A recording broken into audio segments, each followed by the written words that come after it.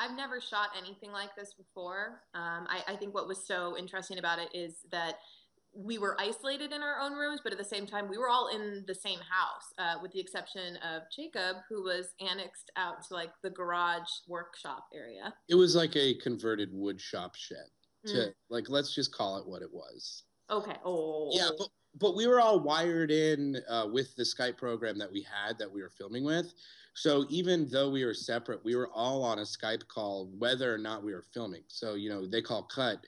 We can all talk to each other over Skype and be like, oh, I like this bit, or blah, blah, blah, or not even talk about the movie and just be like, what's for lunch? Yeah. So it was like we were in the same room, even though we weren't. I think what was great about it is because we had this Skype like program, we could see everybody's face on the screen. So in a lot of ways, it was easier because if I needed to catch somebody's reaction, I could still see. I could catch Renee on one side of the screen and still see what Will and Jacob are doing. In a lot of ways, it was like having more information than you get as an actor typically. It's an honestly like accurate depiction.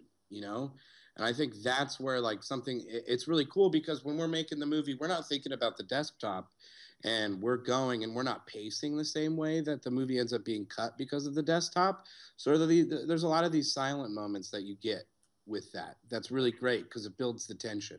And that's sort of what you need in a horror movie.